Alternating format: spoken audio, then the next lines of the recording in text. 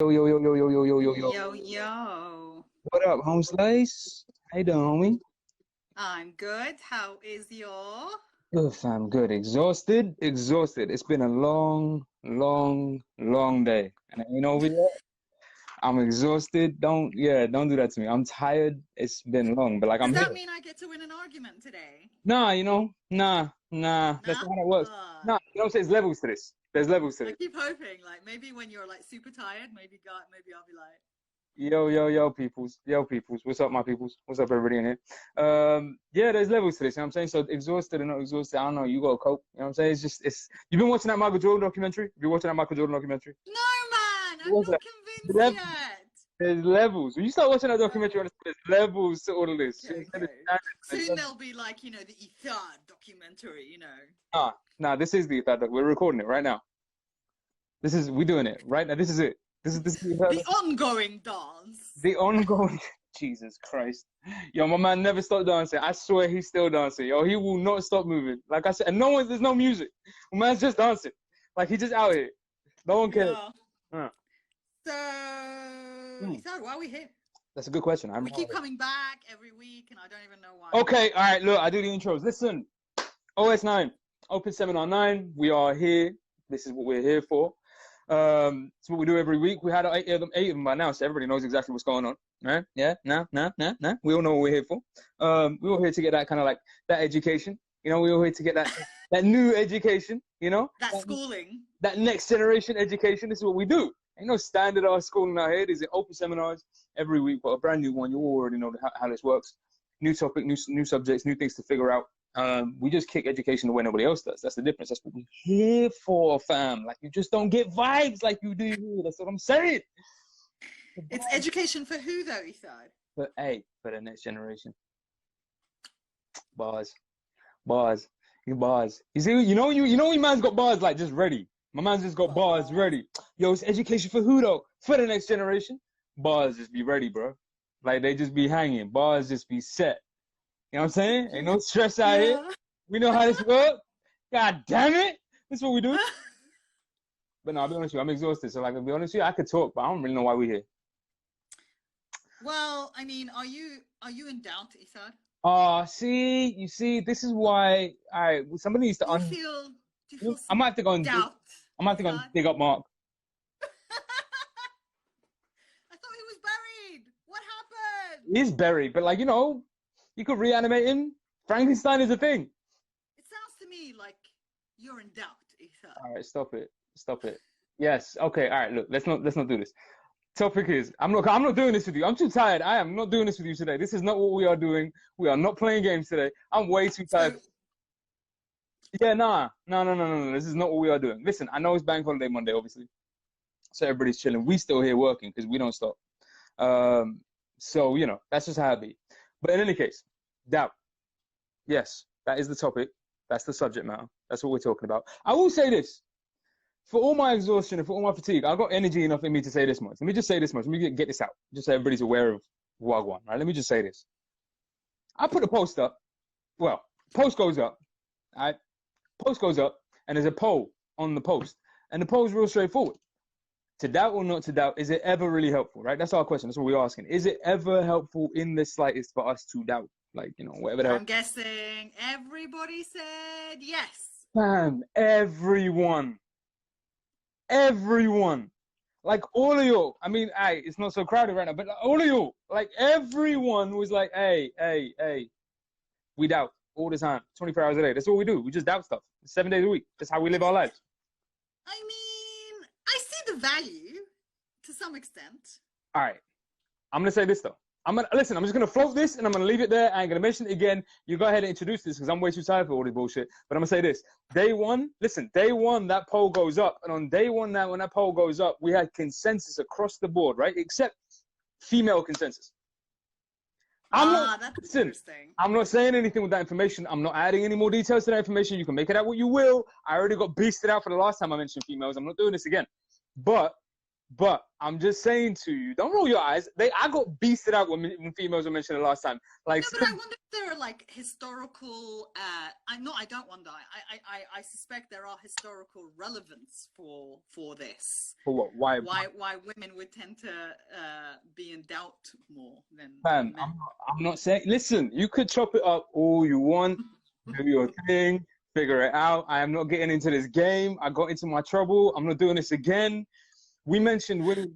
We mentioned women on that one seminar, that one time when we were talking about Bernays and how he kind of pulled out smoking cigarettes. And fam, mad at you people. I got mad texts and whatever else. Everybody furious at me. Some woman hit me up and was like I need another man to tell me what to do. And I'm like, yo, I wasn't trying to. I'm just saying, but that's why I'm here, to kind of balance stuff out, because otherwise. I'm not. See, I see what you're trying to do, trying to drag me in. But you got to balance this between you and your other estrogen fellows. This ain't got nothing to do with me. You and your estro buddies, you have to figure this out between you. Buddies. You and the estro crew. You and the whole estro crew. I ain't got nothing to do with this. Listen, we stand solid, and we will have our day. Listen, you match my words. All the days y'all want. Y'all can have all the days you want. Just leave me out of this shit. Just don't get me involved.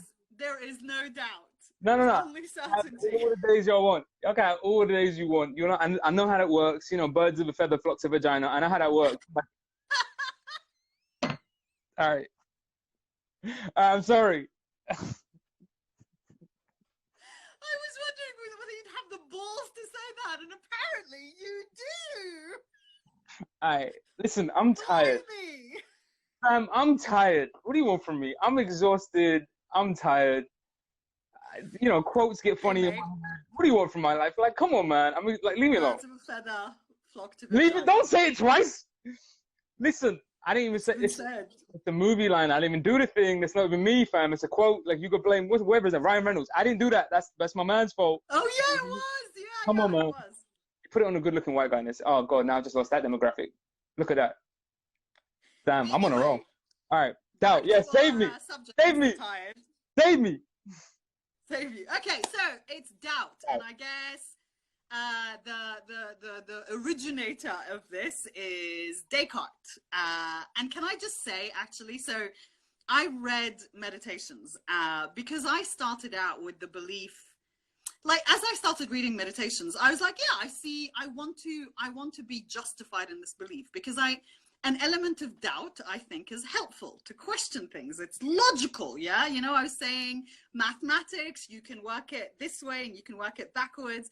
It's good to question things and then arrive at an answer. So I read Descartes, and I'm down for logic. I'm down for, I'm down for questioning. If it leads you to a path of knowledge, why not? That's hilarious. Can you imagine Descartes being there, guys, listen, I figured out the meaning to everything. You're like, yeah, no, I'm down for logic. Let's just do a little bit of logic. Let's kick some logic. Why not? I'm down for that. Let's have some fun. No, go ahead. Okay, no, I'm with you. So yeah, I was just, so I was interested that it was done in such a, like, Meditations. It was written in a very diary-like format. And he starts out with, kind of questioning everything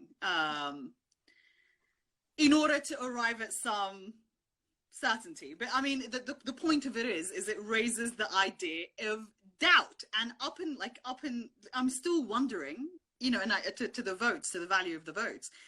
I do believe there's some value to doubt. I'm not. All right, listen, we'll get into this. Listen, we're going to do this. Let's just, no, we'll do this. We'll do this. But we want to warm us up a little bit. Let's get the coals moving a little bit. Let's get a little dance, a little jiggy. You know what I'm saying? Let's just get a little and then we'll have a conversation. Let's just figure this out a little bit, and then all right, let's go. Listen. Okay. I agree, right? Okay, we could just go. We could jump straight to Descartes, but I feel like there's a little bit of background that we need a little beforehand. So let me warm my brain up. Let's just get a little. Let's just warm the brain a little bit. You know what I'm saying, get some blood flowing and whatnot. So there is a history that precedes Descartes here, right? Okay. It's a history that I feel like that we tend to miss, because the word itself, like we usually do, we'll go into definitions and etymology a little bit, but the word itself is misused. I feel like most people use the word in a way that they kind of get what the general broad sense of it is, but I don't really know what they're saying. I was saying to somebody the other day, like, the same kind of thing. If you take any group of 5 people sit them down next to each other and ask them if they can tell you what reason, rationality, and logic means. And I guarantee you, they won't be able to tell you the difference between any of them, let alone the specific, see what I'm saying? Let alone the specific definitions of each one of those terms. So I feel like there's mad words like this we just use and nobody really knows what they be saying. So doubt. Let me just figure this out for y'all. The word is French in origin, Latin before that, and before that it's Proto-Indo-European, which means they can't, what that really basically means is they can't figure out where the hell the word comes from, but they're assuming it's some original European language. They don't know. Yeah. We don't know. What we're saying is usually, and no, but that's telling, because when the language comes from like the Arabs or somebody else, no, we know exactly where that came from. You know why? We wrote books over here. But when it came from like, the Europeans, we don't know. You know why I don't know? You didn't write nothing, but never mind. Let me not destroy that demographic while I'm at it.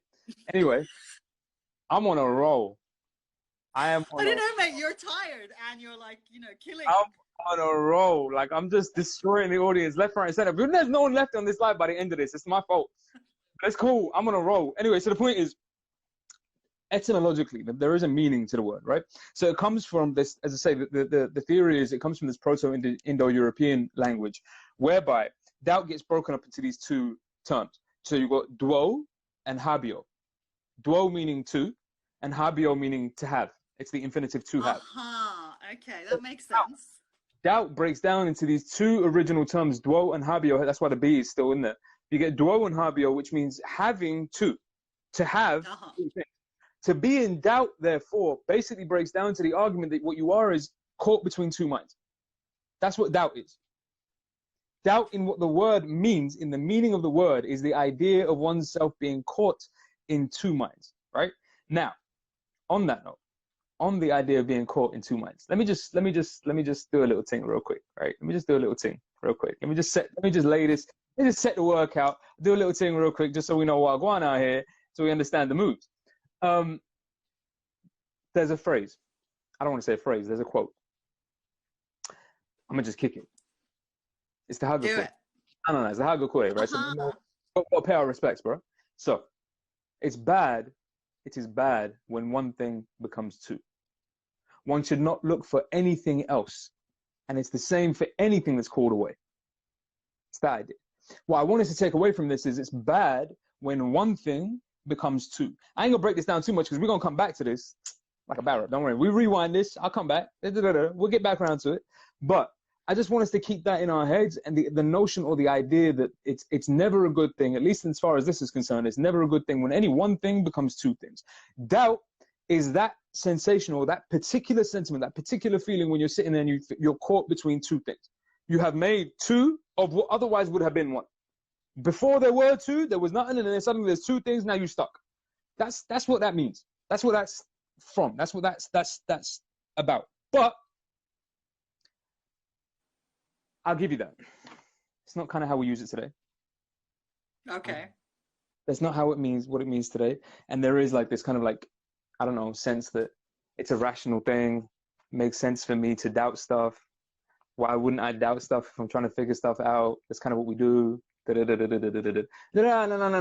I'm with you. It's wrong.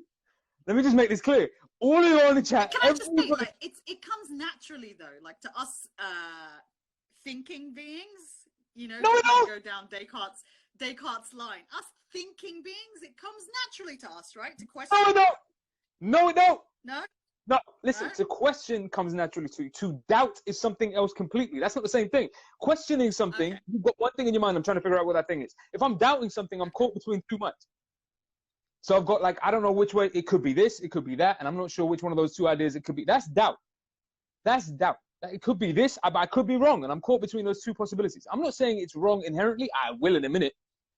I'm not right now saying it's inherently wrong for one to doubt. It happens. It's natural in the sense that it happens. But I'm not convinced it's natural in terms of inquiry. So it's natural in terms of how we go about figuring things out. And I'm not convinced it's natural in terms of how we go about working out whether or not something is the right course of action or the wrong course of action.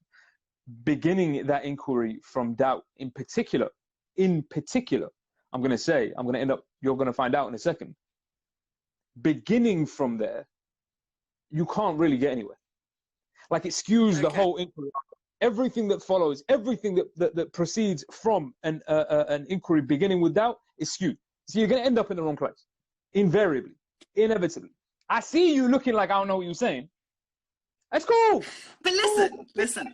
I mean, isn't that what all of science is on? Yeah. You posit an idea and then you go out of your way to either prove it right or prove it wrong. Isn't that, in essence, doubt? 1000%. You ever ask yourself why I didn't become a scientist?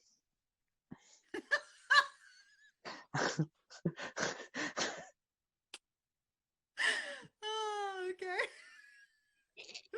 I'm just saying. Listen, 1000%. I totally agree with you. If you are proceeding down a scientific line of inquiry, there is a degree of doubt that's kind of inherent. It's kind of required.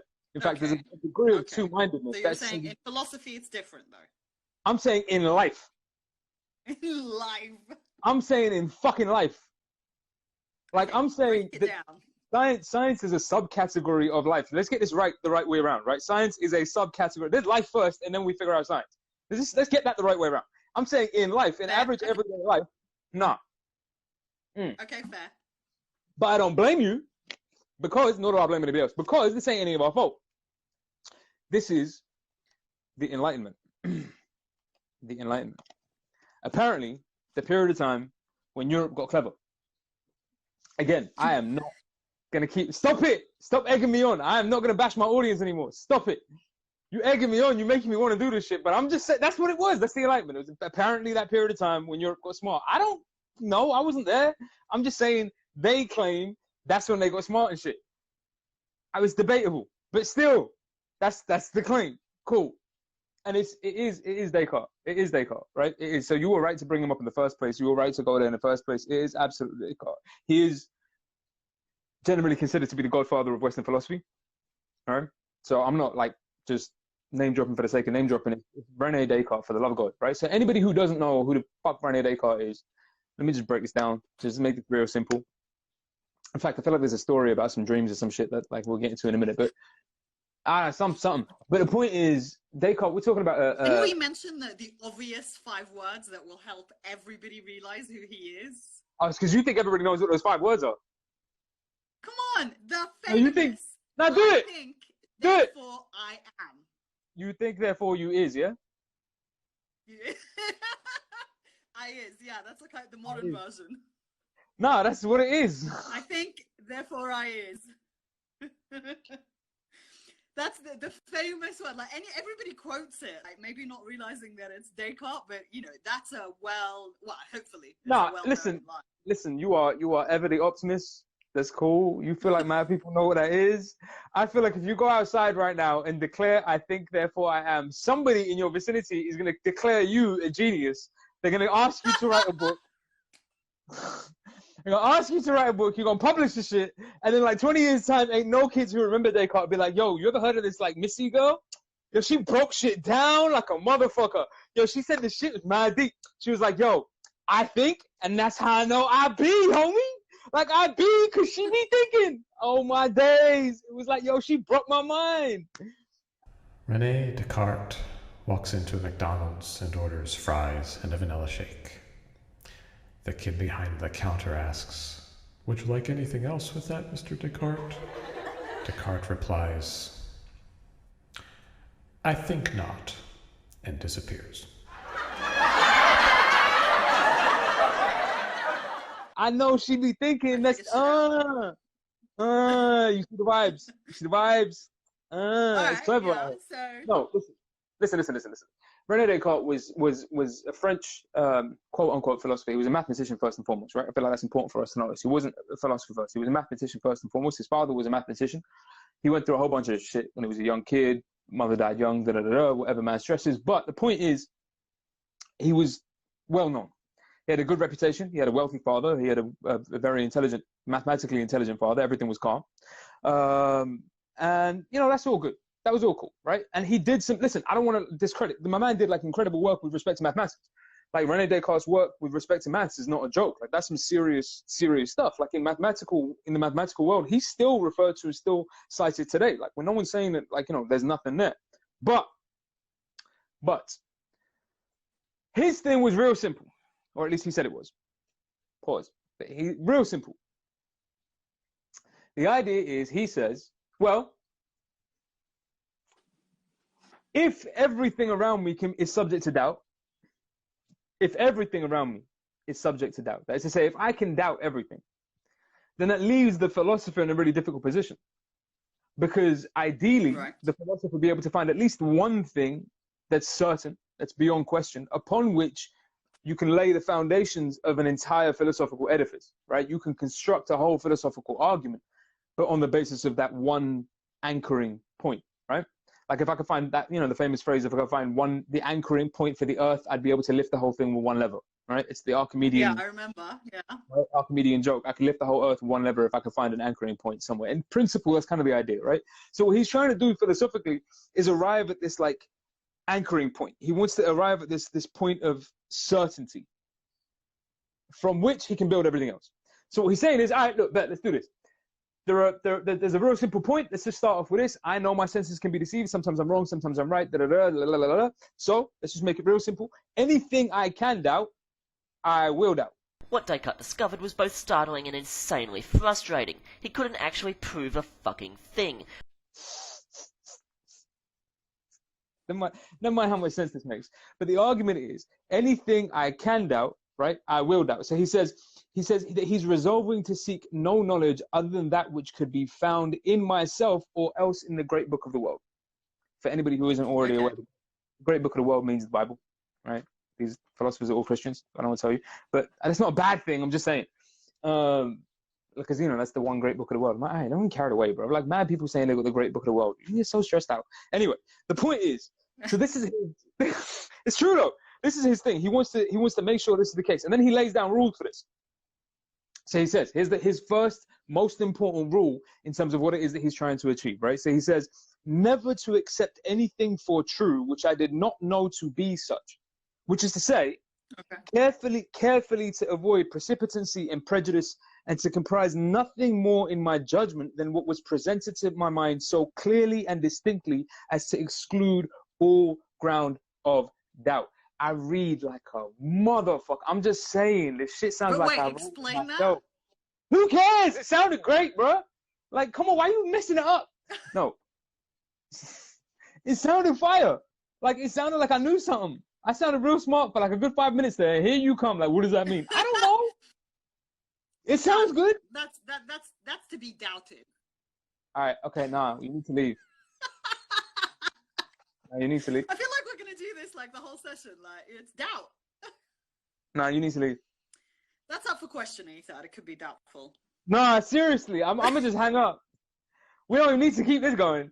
All right, listen. No, what he's saying is what he was trying to arrive at, and you notice he added the word clear and distinct, right? He said nothing that isn't clear and distinctly, that doesn't clearly and distinctly present itself to my mind.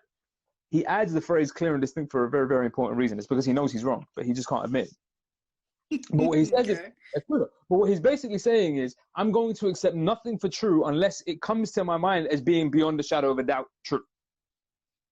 But it has to appear to me in such a way as it's beyond the shadow of a doubt true, right? Otherwise, I'll accept nothing else as grounds for reality. Nothing else that doesn't appear to me to be beyond the shadow of a doubt true. He gives examples. Beyond the shadow of a doubt true is like 2 + 2 is 4.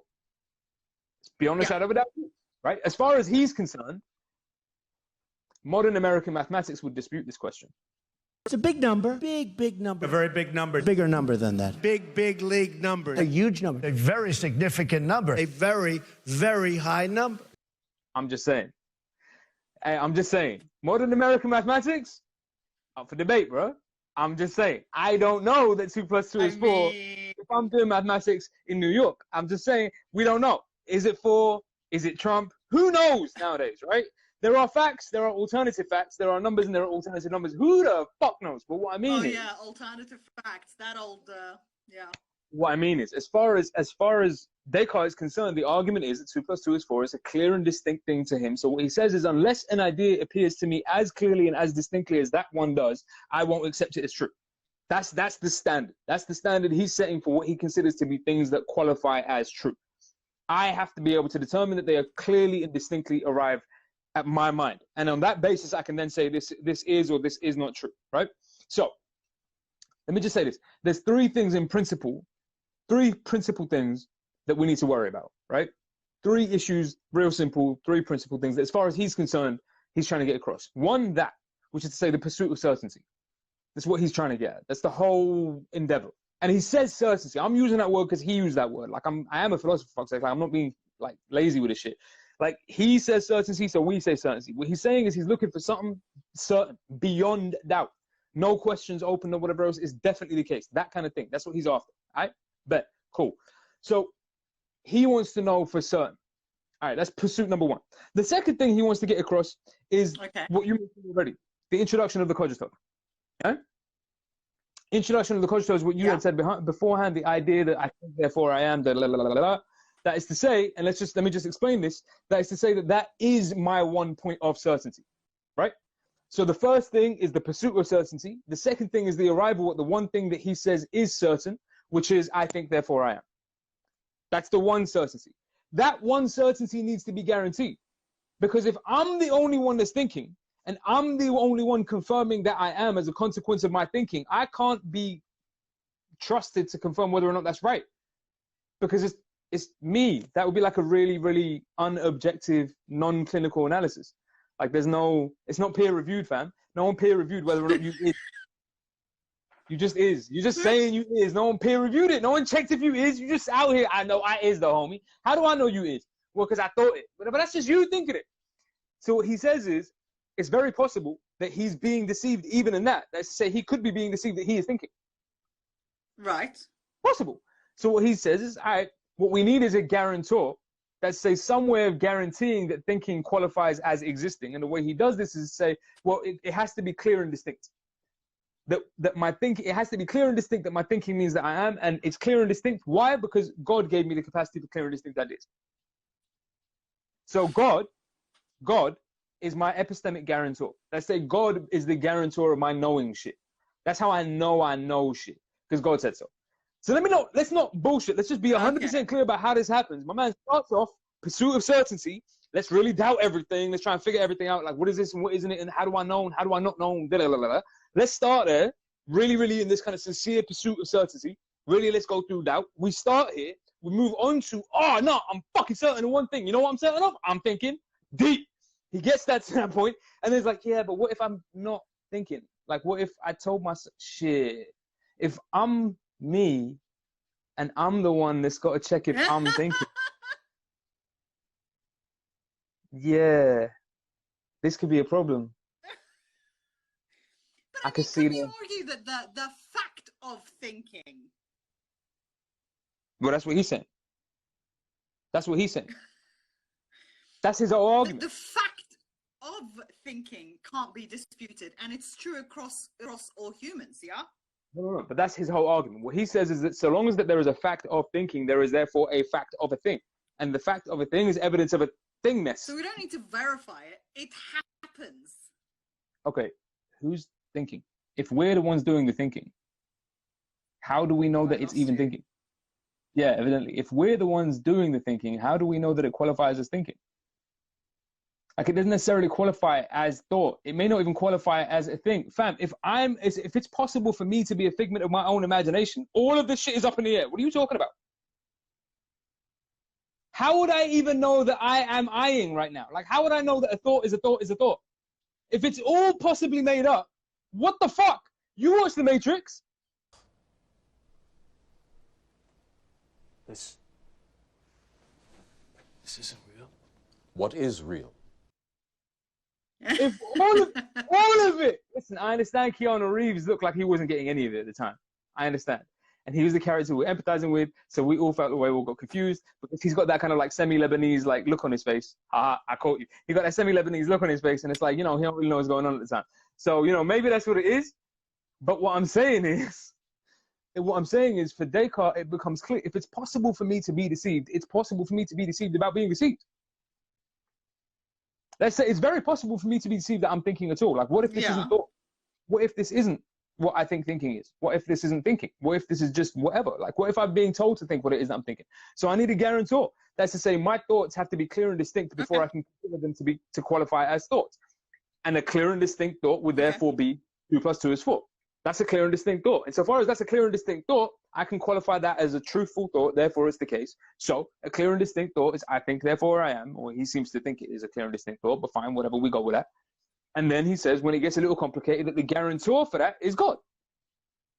That's how I know I think, therefore I am is true, because God said so. What are you talking about? That's his whole thing. Of course. I got the impression that this whole problem started out because it's like he lost God.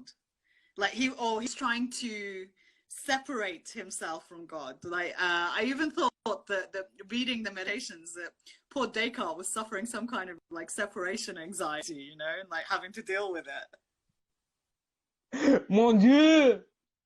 Ouais, mon Dieu! Mon Dieu! I can just see it. Nah, for real, that's killer. You killed it. I can just see it. Just Descartes sitting in the rain in 15th and 16th century France. Mon Dieu!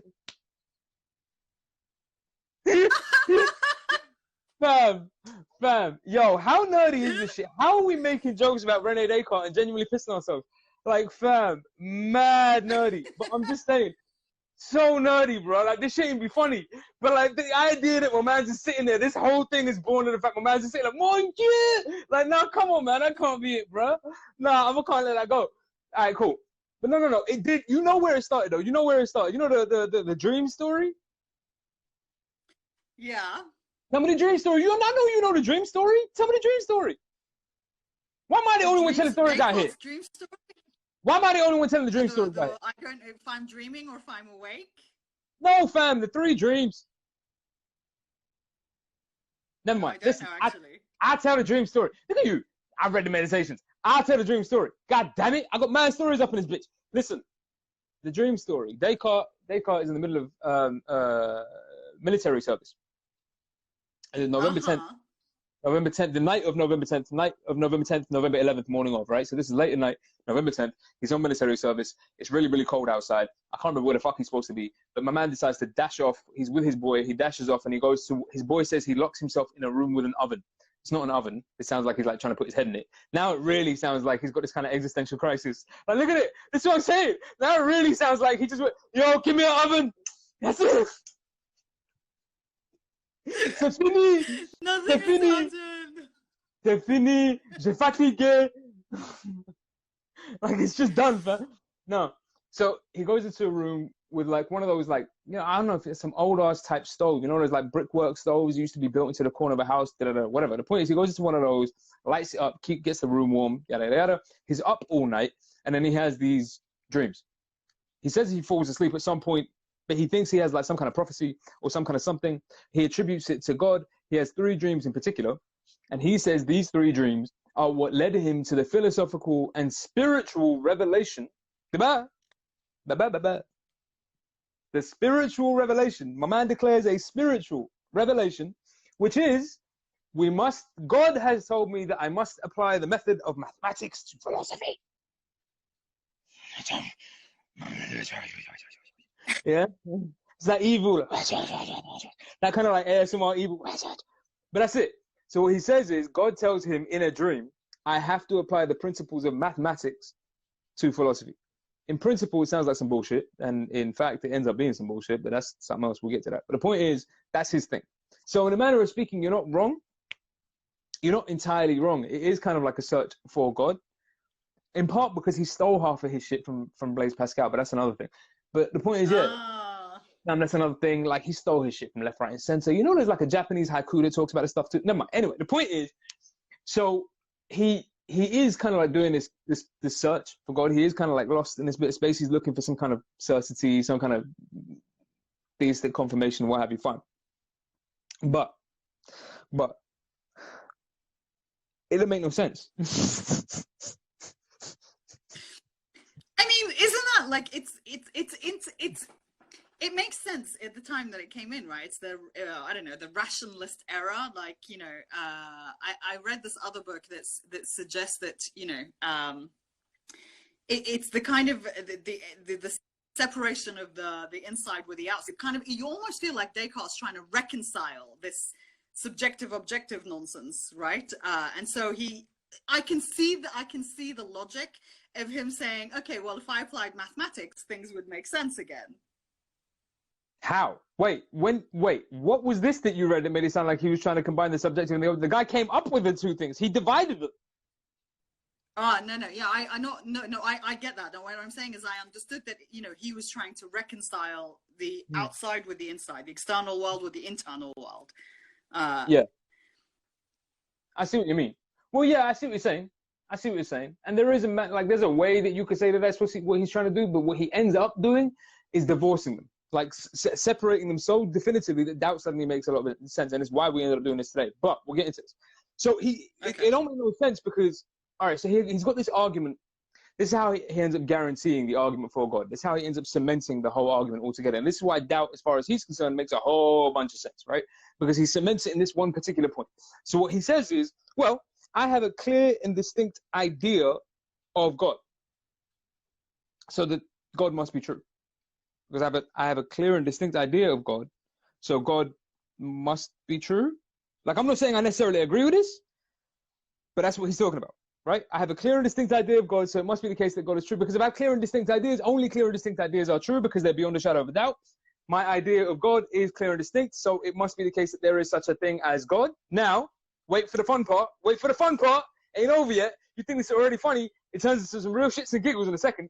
But then we go from here to saying, okay, I've got a clear and distinct idea that God exists. But how do I know that clear and distinct ideas are the category or the criteria for truth? Well, because God exists and he wouldn't lie.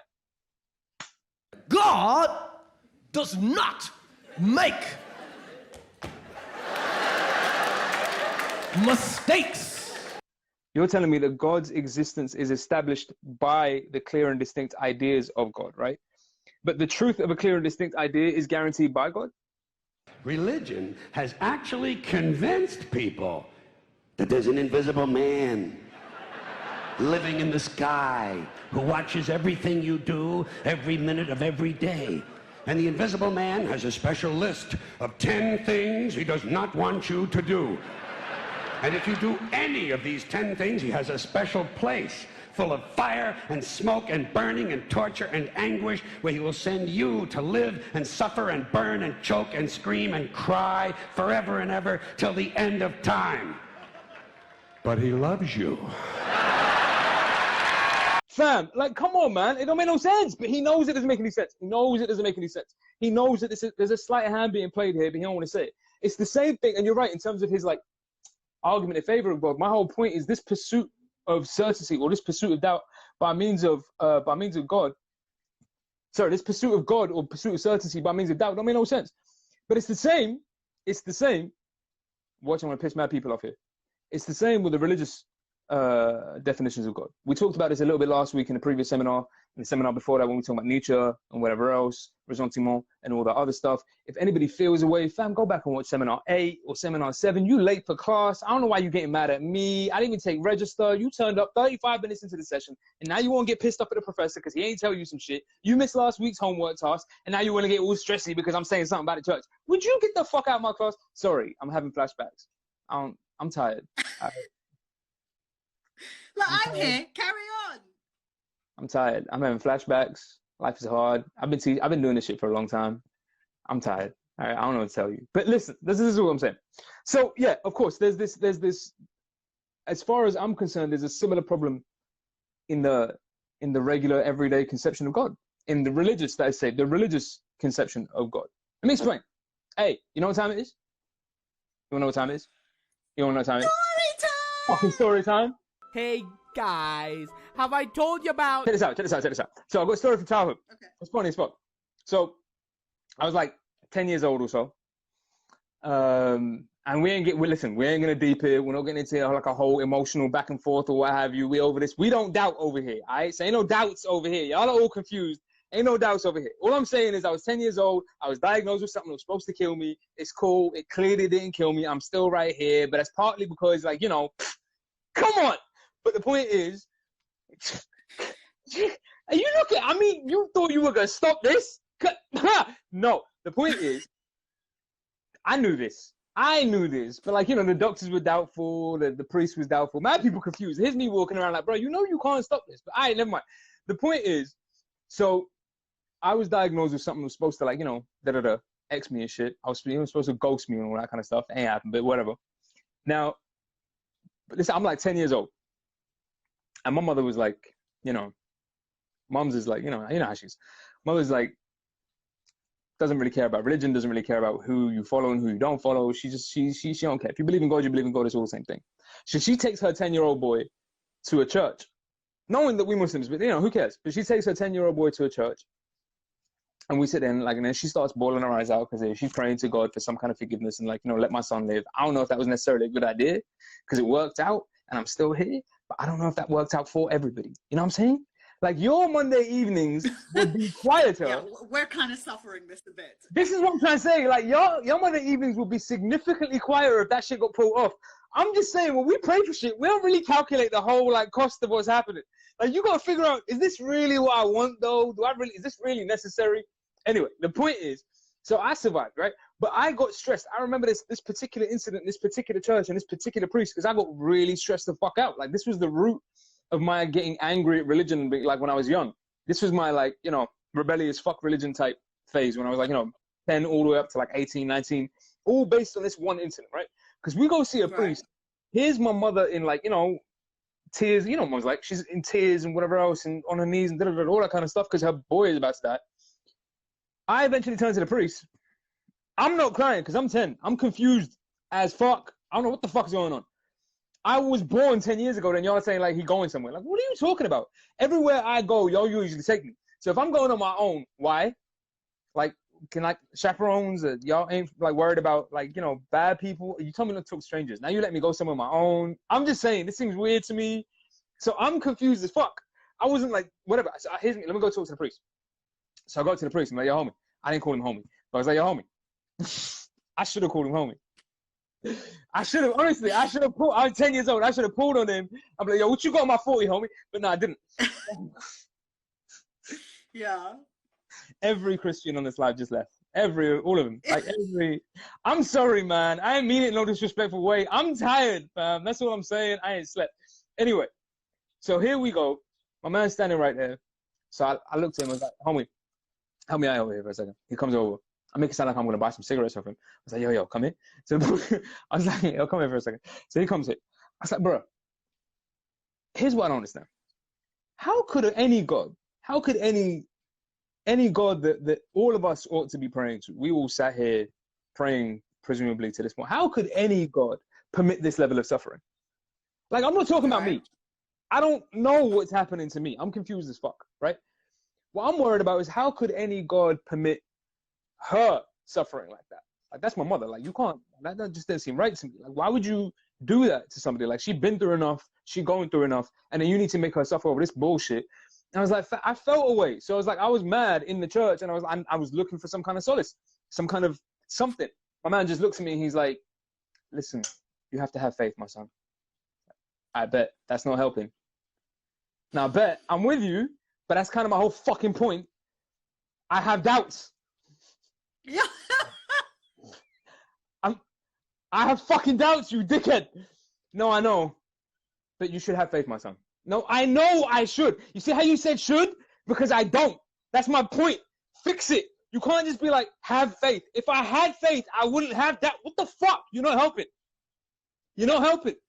But the reason you're not helping, the reason my suspicion took me 30 years to figure this shit out, the reason you're not helping is because you have conceived of God in much the same way as Descartes has conceived of himself.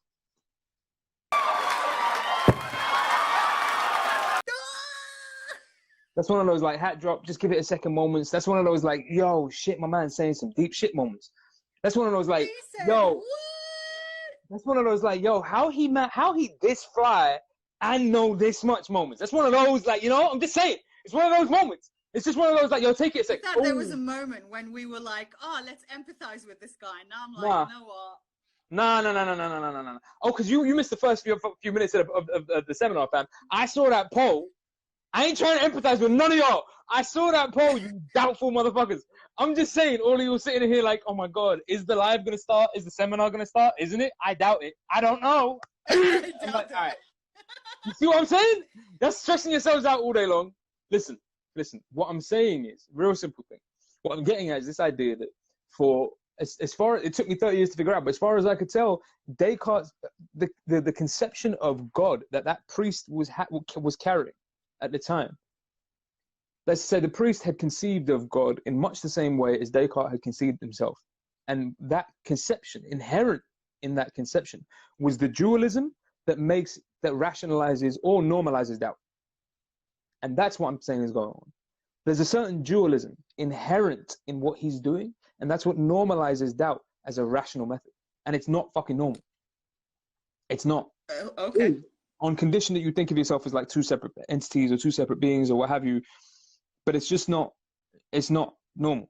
So what we're talking about here is the consequent dissatisfaction that comes as a result of what I ended up, 30 years, 8 years in a PhD study, God knows whatever else, in order for me to find one word. That was like anthropocentrism. It was like, all the other philosophers in my department was like, yeah, that figures out your whole theory. I was like, fam, you knew what that word was. You couldn't just tell me and save me mad time. Like, yo, this is the word you're looking for. You waited for me to spend 8 years like, yo, what is this? What? And then found the word, and y'all went, oh yeah, that makes a hell of a lot of sense now. I was like, all right, motherfuckers. And what does it mean? I don't know. I just said it. It sounded really cool. Why do you keep asking me these questions like I have answers to them? I don't know, fam. Listen, I'm here to make philosophy look good. I have doubts about your knowledge, mate. I have to question. see, and here's the solution. Watch what I do. Watch the bars. See, in order for you to have doubts about my knowledge, implicit in that is the possibility that I have knowledge. You know the difference between us? You know the difference between us? I know I ain't got no knowledge. See the difference between us? I know I'm stupid as fuck. You see that? You see that? That's the levels. Levels, Brad. Levels to this shit. There's levels. No, listen. What I'm saying is, it's dissatisfying, and it's permanently dissatisfying. I'll give you a summary of what I mean by this kind of like this mistake. It's a real simple thing. So there's a dude, the mad dudes. I don't know, just really kind of like pause. But there's a dude. It's kind of weird, right? But all right, look, shut up. All right, shut up. There's a dude. His name is Charles Taylor. No, I can hear you. Shut up. There's a dude. Name is Charles Taylor, right?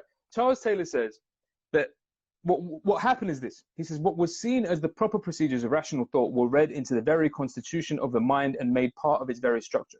The result was a picture of the human thinking agent, as disengaged and occupying a sort of proto-variant view from nowhere.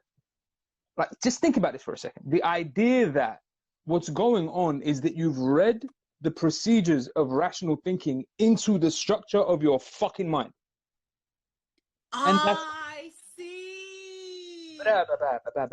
Listen. This is the problem. What you've done is, in your mind, set yourself up as the arbiter of truth. Anthropocentrism means when you build a philosophical concept almost exclusively around yourself. It's the reverse. I see. Usual criticism, and this is what I'm saying is usually the mistake. The usual criticism of Descartes or the Cartesian method is that if you doubt everything, and if all you're left with is I think, therefore I am, that's a pretty fucking solipsistic universe. Or to put it in non-philosophical terms, you lonely as fuck, my G. Like, you lonely as fuck. It's just you out here. So what you're saying is I know everything exists because I'm the only one out here? Well, bro, then nothing exists. Why the fuck do you care? That's lonely, man. You sad as fuck. But I don't think that criticism is correct. The reverse, the opposite end of that, not reverse, but the opposite end of that criticism, let's say the end of it that I think makes a hell of a lot more sense, is anthropocentrism. It's not that he's saying that I'm the only one out here. He said, because his argument back would be that, yeah, but all of you can think you're the only one out here. And together we make an out here. What I'm saying is no, but what you've gone and done is built a whole sense of reality dependent only on your existence. Fam, didn't you have to be born into it? So actually, maybe to support you, I read this like a feminist response to Descartes. So a woman called Susan Bordeaux, and her suggestion is that it's you know, throughout history, or like if put into the context of history, it's like the age of rationalism is like the child separating from the mother. So she says that, you know, in him trying to kind of, you know, rationalize his existence is him having to separate himself from nature, from, you know, from, and so I guess from that perspective, it began to feel to me a bit reductive, in the sense that, okay, yeah, I like rationalism. I do. I like logical thinking. But is that all it is? As far as he's concerned. But what I'm saying is, so long as you're doubting, you can't but get there. Like, so long as the method that you're employing for understanding truth is going to be doubt, you're always going to end up in this position. And it's for a very, very simple reason. What you're doing is ignoring the presupposition. And there is an inherent presupposition implied in your doubting. If I'm doubting, I'm the one caught in two minds. I'm the one who's made two of one thing. I'm the one that's doubting. There had to be a thing there for me to doubt. Yeah. What are you fucking talking about? How can I? And again, this is his conclusion. So he says, well, yeah, no, the fact that I'm doubting proves that I exist. No, it doesn't. No, it doesn't. No, it proves that thinking is happening or doubting is occurring. It's as far as you could take whether or not it's proof of anything. It proves that doubting is happening. It didn't tell me that whether or not you exist. But if doubting is happening, it's still doubting of something. What are you doubting? What are you doubting? More importantly, and I don't want to reinforce the sense of itself. More importantly, it's not that you are doubting. That if you find out what you're doubting, you say, "What I'm really doubting is the I." Therefore, there must be a me. So really, he's right.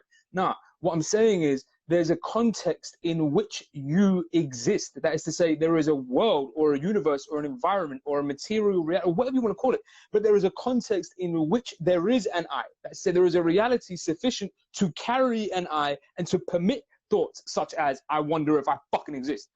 That is what you knew. You're not inquiring after that. What you're saying is, if I can doubt everything else, if I start from zero sum and then go from there, but there is no zero sum. You're the one talking still. How are you zero summing? You sitting here rambling. You said zero sum. I mean, you said let's start from nothing. Let's assume nothing. I bet. Listen, if you go the whole way with it, I'm down with you. If you go the whole way with it, I'm down with you on it. But you never fucking did it. You never started from zero. You kept rambling. Shit, sit down for 5 minutes, say nothing, see what happens. You might figure something out. I'm just saying, but you're the one that kept saying, okay, so if I assume that nothing exists, stop. Who assumes? Yeah. Stop. Who assumes? Well, if I assume. All right, but you just said nothing exists. Bro, if you assume, then what are you talking about, fam? We can't do this. It's a non-starter. It's a non-starter. You can't make a move from there. There's no legitimate next step from there. It's a real simple joke that sums us up. There's a really, really simple joke that's behind this. I'll tell you guys the joke before we get into the solutions, right? A real simple joke. The problem with this way of thinking, the problem with this line of thinking is it starts halfway through the discussion and then decides to proceed forward, ignoring everything that came before it. So if I say I want to doubt, I'm going to start from this point and say I doubt from here. And I'm going to doubt everything that I can see until I can find one point of certainty. Cool. If that's what you're going to do, you're going to ignore everything that is there for you to doubt. That's to say the ground that made doubt possible. You're going to exclude that from the conversation and just for no reason whatsoever, arbitrarily say, let's start from this fucking point and go, ooh, I figured something out. Dickhead. No, you haven't. But, I understand. But, yeah. It's half the question, right? So, you're looking at half the debate. There's this famous debate. There's this guy, Muslim scholar. I figured, like, we were in a church a little while ago. I'm going to take us to a mosque. What? Ramadan, hey, Eid was like a couple days ago. What? So, Eid was like 2 days ago. We doing this. So, the point is, there's this famous Muslim scholar. He gives his whole, gives his speech. No, this isn't me being the Muslim scholar. I can see y'all getting carried away. I see what's happening. Relax. The point is, okay, yeah. He's giving his speech. He's talking about, Islam, I guess. I don't know. He's talking about something. Some shit. I don't know, something. The point is, he gives his speech, and at the end of his whole, thing, there's a Q&A. So, Q&A starts. Guy comes up to the front to ask him a question. And his question is, I'm an atheist. I don't believe in anything you're saying. What could you say to convince me otherwise? My man laughs. And he's like, well, first of all, this is good. No, this is good. If you are an atheist, so am I. All right. You are welcome. This is very good. Okay, this is point number one. You are welcome. Point number two, he says to him, bro, the point you're missing is, as a Muslim, we're all atheists. As Muslims, he says, we're all atheists. Because as Muslims, we all start with the phrase La ilaha. As a Muslim, you all start with the phrase La ilaha, which is there is no God. The problem you got, homie, is you didn't finish the sentence. Illallah, except God. Fam, finish the sentence. So when Descartes went, I think, therefore I doubt, therefore I think, therefore I am, I was like, cool, finish the sentence. What were you doubting? Okay, fair. La ilaha illallah. Khalas. That's the end of it.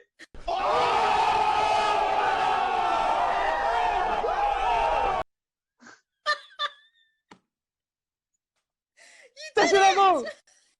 That's where I go. Khalas. Khalas. Stop it. Khalas. Done. Dead. That's how we philosophize in this bitch. We philosophize that.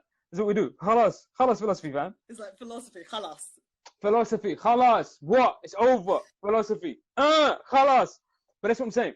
What he says is you got to finish the sentence, man. Like we're all, listen, La ilaha, we all don't, there is no God. I agree. We're all atheists. Except you finish it off. Illallah. That's the difference. And the same thing is the case with René Descartes, and the same thing is the case, is what I'm saying, is the problem with doubt.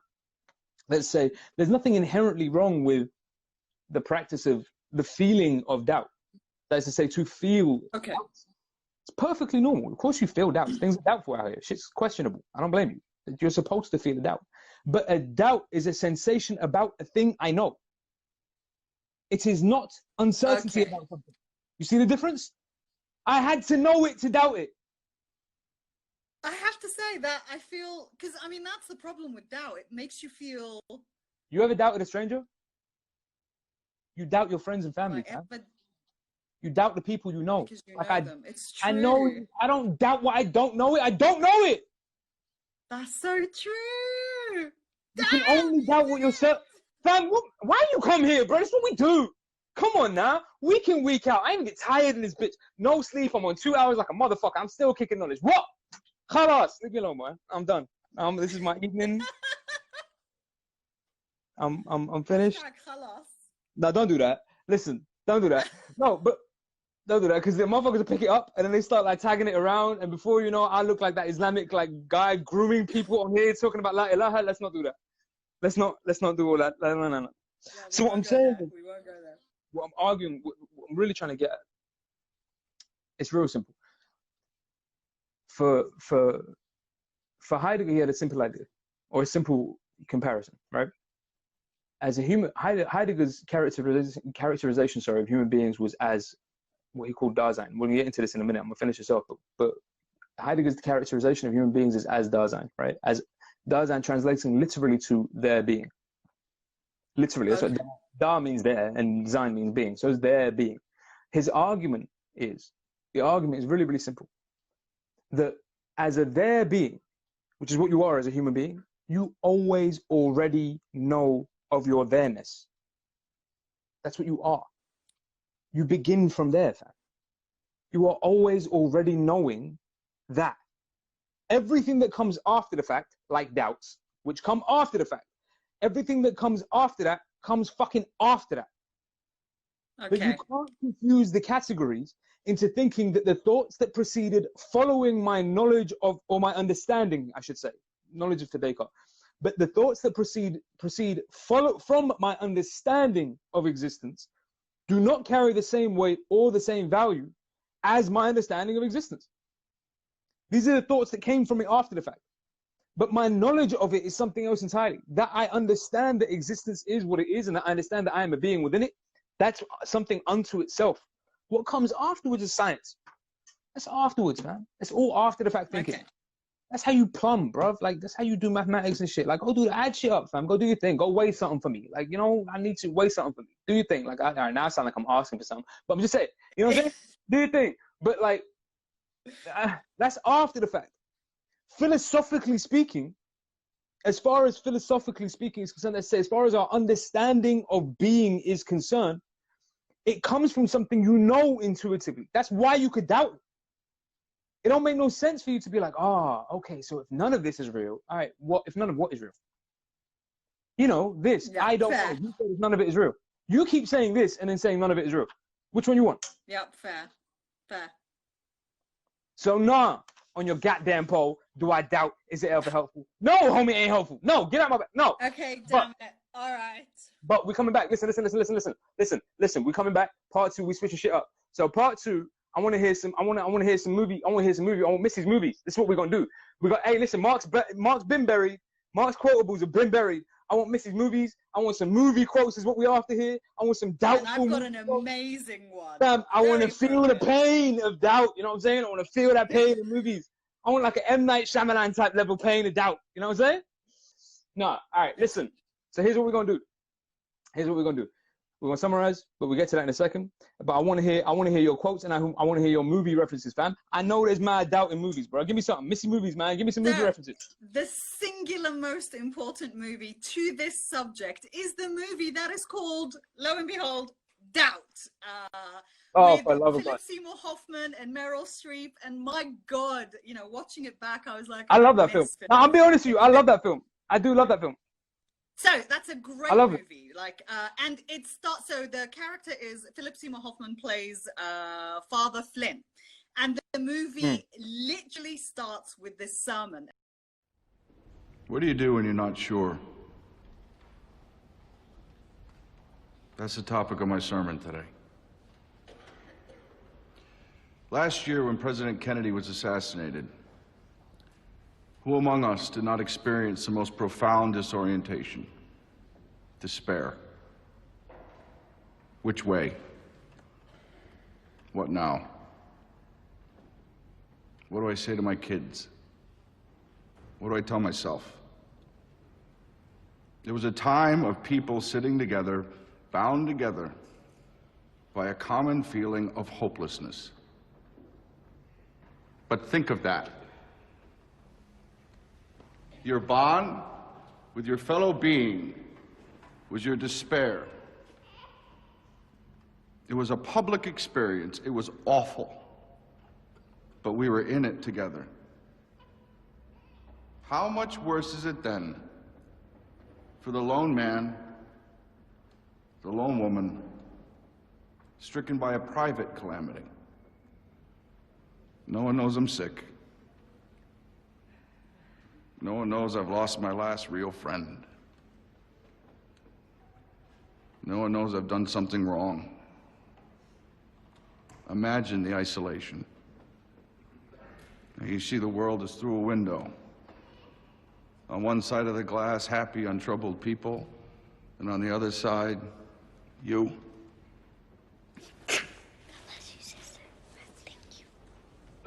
I want to tell you a story. A cargo ship sank one night. It caught fire and went down. And only this one sailor survived. He found a lifeboat, rigged a sail, and being of a nautical discipline, turned his eyes to the heavens and read the stars. He set a course for his home and exhausted fell asleep. Clouds rolled in. And for the next 20 nights, he could no longer see the stars. He thought he was on course, but there was no way to be certain. And as the days rolled on, and the sailor wasted away, he began to have doubts. Had he set his course right? Was he still going on towards his home, or was he horribly lost and doomed to a terrible death? No way to know. The message of the constellations, had he imagined it because of his desperate circumstance? Or had he seen truth once and now had to hold on to it without further reassurance? There are those of you in church today who know exactly the crisis of faith I describe. And I want to say to you, doubt can be a bond as powerful and sustaining as certainty. When you are lost, you are not alone. That's Dad, look at you. Look at you. Look at you. Look at you crooning and everything. This is your thing, isn't it? You mad hyped about this, weren't you? You got like butterflies in your stomach reading that, didn't you? You got like a whole buzz out of that. Like that's a whole thing. I'm just for you. saying, people should be watching the right movies, and that's what I'm here to provide. The right movies. Yo, looking for certainty That's movie wise. Yo, beautiful. we Like, right here. even in the sense of doubt, you're alone, and for me,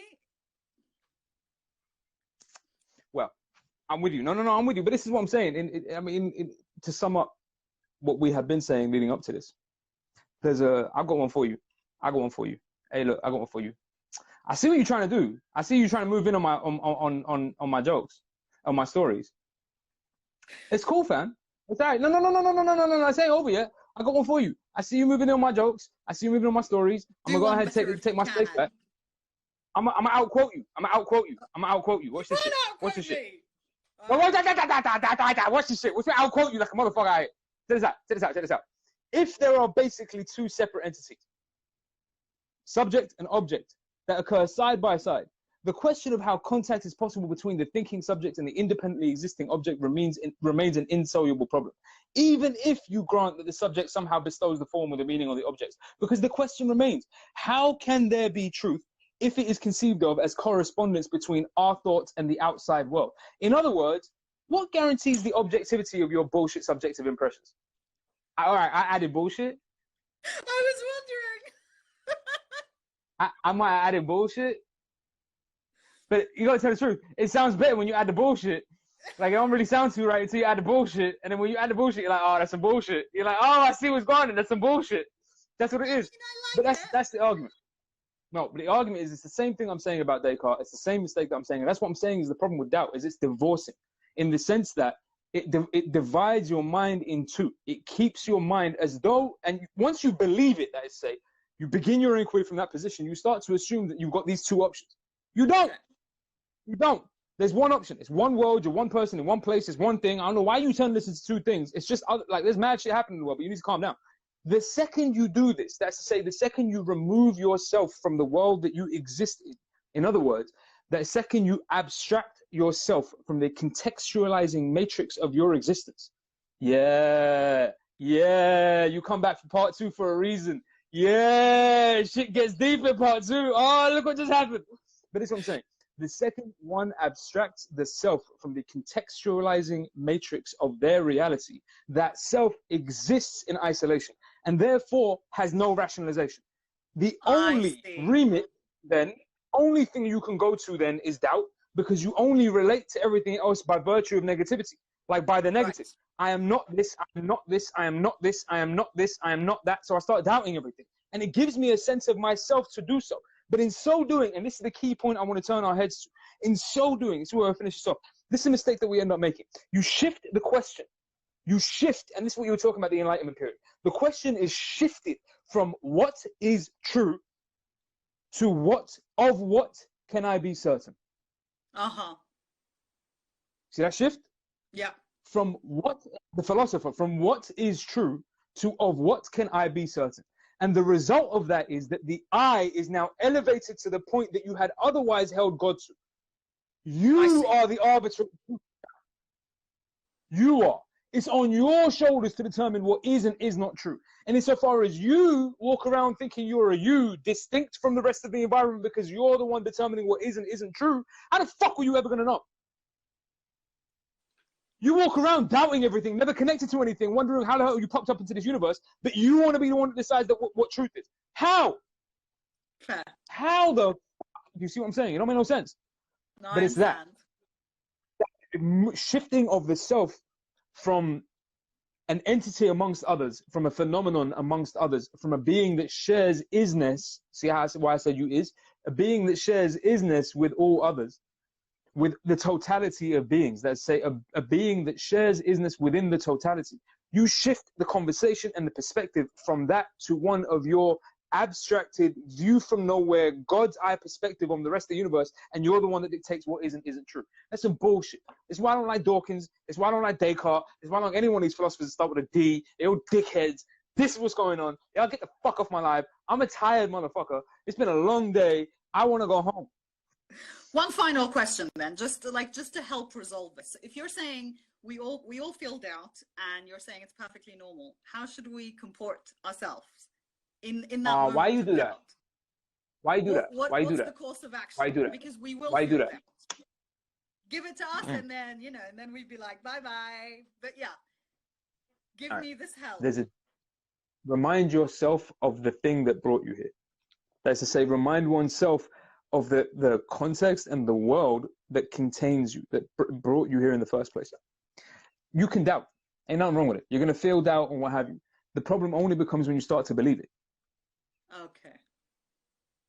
Feel it. Why you should doubt. It's an important thing. It's an important sensation. It's an important feeling. It tells you things. It informs you about the universe that you happen to be in. There's nothing wrong with that. But why are you believing it? Okay. Like, why did you go from I don't know to oh my God, I don't know? All right, relax. Okay, I see the shift. Yeah. Okay, I got it. That move? I got it. You went from I'm not sure to we're not sure. No, all right, no. Relax. Okay. Now you've gone into crazy. You've slipped. It's just that. It's that slide. You just don't slide into crazy. Or like fam, every single time a doubt comes up in you, yo khalas. Khalas. Every time yo khalas. A doubt comes up in my mind, I'm like, oh, I'm not sure about this. I'm not sure. Yo khalas, man. Come on, man. Get off my line. Khalas, man. Enough. I'm done with all this. Khalas, man. Anyway, it's that, bro. It's very simple. It's not a complicated thing. It's not philosophically profound. It's not what have you. It's the way we had been thinking for all of human history up until the quote unquote enlightenment. Until someone came along and told you that the only way you know whether or not something is true is you got to ask your fucking self. And then even when they did that, Rene got stuck after a while and went, I wonder if God would do me a favor and guarantee whether I exist. Because, like, to be honest with you, I'm actually still kind of confused. I'm like, yeah, that's what happens. That's what happens. If you're going to start off not sure and then go, here's what I'm going to do. I'll start off, right, and using my not sureness as the way to find out if I could be sure. I wonder if I find out if I'm sure. And then finds out he's not sure and went, oh, yeah, yeah. Sorry, he's French. And then, oh, no, you know what it is? Ooh la la. Ooh la la. You know what? No. I'm gonna leave you on this one. I'm gonna leave you on this one for real. I'm gonna leave you on this. Actually happened in my life. I swear to God. Let me leave you on this real story. This really happened, right? This actually happened in my fucking life. I couldn't believe it. I was in France, right? This is another time I was here. It's a different, separate time. I was in France one time, milling around doing my thing. This is mad southern France. I'm like almost on the border with Spain. I'm walking through France, having a great time, enjoying myself. Everything's real cool. Weather turns for the worst, right? Cool. No big deal. I ain't got no problem with that. Little French rain. Cool. We can live with this. The thing is, I forgot I'm bald, right? And apparently that's the thing. Because, hey, shut up. While I'm walking, right? And the raindrops in France are like heavier or some shit. I don't know what the fuck to tell you. But they mad heavy. So as we walking around, I'm just strolling down the street. And as I'm strolling, I swear on my mother's life, I'm walking down the street and the raindrop's so heavy. I'm walking, it hits my head and just goes. And I'm like, what the fuck? I thought it was bad enough, right? But then my man standing in front of me literally turned around at the sound and went, ooh la la. And I'm like, nah, come on. Nah, you're not really doing that to me right now. You can't be real right now. Listen, if I tell you that my man was carrying a baguette, a dog, and had a striped shirt on, you're going to tell me I'm lying to you. You're going to tell me I'm lying to you. You're going to tell me I'm lying to you. But it's my life. This is my life. My whole fucking life is a caricature of life, bro. This is what it is. Ooh la la. And I was like, nah, you didn't. Nah, you didn't. And the thing is, nah, you didn't cross like cultural boundaries the same way ooh la la did. He went ooh la la. I went, nah, you didn't. And he looked at me like I was crazy. I was like, all right, never mind. I'm gonna go before this gets heated. Let me go before you think like I'm an Arab with some issues. Let me bounce. This is still France. Anyway. Anyway, on that ooh la la note. I'm gonna bounce. Ooh la la, khalas, we done. Listen, thank you to everybody. Much appreciated. To everybody who turns up, everybody who turned up for part 2, everybody who turns up every week, everybody who reposts, everybody who reposts and tell the world about this issue. I'm watching y'all. But yeah, thank you very much. Not for real. Honestly, bottom of my heart, I really appreciate it. Obviously, you guys don't need to be here every week, but you know, like you going anywhere else for this knowledge. So thank you sincerely. I will see y'all next week. Episode 10. We're on seminar 10. We in double digits. The big one. It's a ting now. It's a for real thing now. I'm going to see y'all. Seminar 10. All right. See you next week. But until then, stay safe, stay healthy, stay the fuck at home. Please. I don't give a fuck what the government says. Stay safe, stay healthy, stay at home, stay compassionate. Don't be dickheads. I'm going to see y'all next week. Peace. One. Khalas. Leave it. Love, love.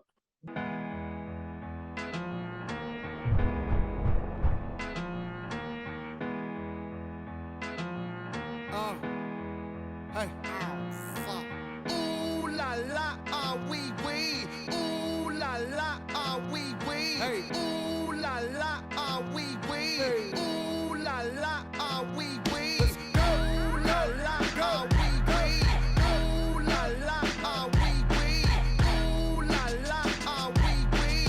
Ooh la la. Looking for M's like I lost a friend. Jump out of my bed like where the bread. You go hold the egg. Waiter, bring the check. When we talk, we collision cars. Keep us in your thoughts. Fully dressed at the crack of dawn. Weapons heading off. I can hear them from the block. See them creeping through the fog. Season's greetings. Now feeding season can start. Oh my God. Look alive. Looking like I live life on a crooked line. Doing fine. You want maximum stupid. I am the guy. First of all, fuck the fucking law. We is fucking raw. Stay tall. Oysters on the half shell. Sushi bar. Life a bitch. And the pussy fish. Still fuck the raw. I'm a dog. I'm a dirty dog. Ha ha ha ha ha. Oh, dirty bastard. Go in your jaw. Shimmy, shimmy, y'all. Got the simmy in the himmy. Going gimme, gimme, y'all. Pugilistic, my linguistics. RJ Ruder damage, y'all. And I rap it, pornographic. Bitch, set up the camera. Ooh la la, ah wee wee. Ooh la la, ah wee wee. Ooh la la, ah wee wee. Ooh la la, ah wee wee. Ooh la la, ah wee wee. Ooh la la, ah wee wee. Ooh la la, ah wee wee. Come on. Ooh la la, ah wee wee. You covered disruption, I got you covered. I'm busted. My brother's a runner, he crushing, there's no discussion. I used to be Munchkin, I wasn't supposed to be nothing. Y'all fuckers corrupted and up to something disgusting. My pockets are plumper this season, I love the couple. I'm afraid of nothing but nothing, this ain't it something. Warmongers are dumping, a point and click at your pumpkin. You're suffering disruption, so put your kids in the oven. Fuck a king or queen and all of their lost subjects. I pull my penis out and I piss on their shoes in public. People, we the pirates, the pride of this great republic. No matter what you order, motherfucker, we what you stuck with. I used to love Bruce, but living my vida loca. Help me understand, I'm probably more of a joke. When we usher in chaos, just know that we did it smile. Cannibals on this island, inmates run the asylum. Ooh la la, ah wee wee. Ooh la la, ah wee wee. Ooh la la, ah wee wee. Ooh la la. DJ.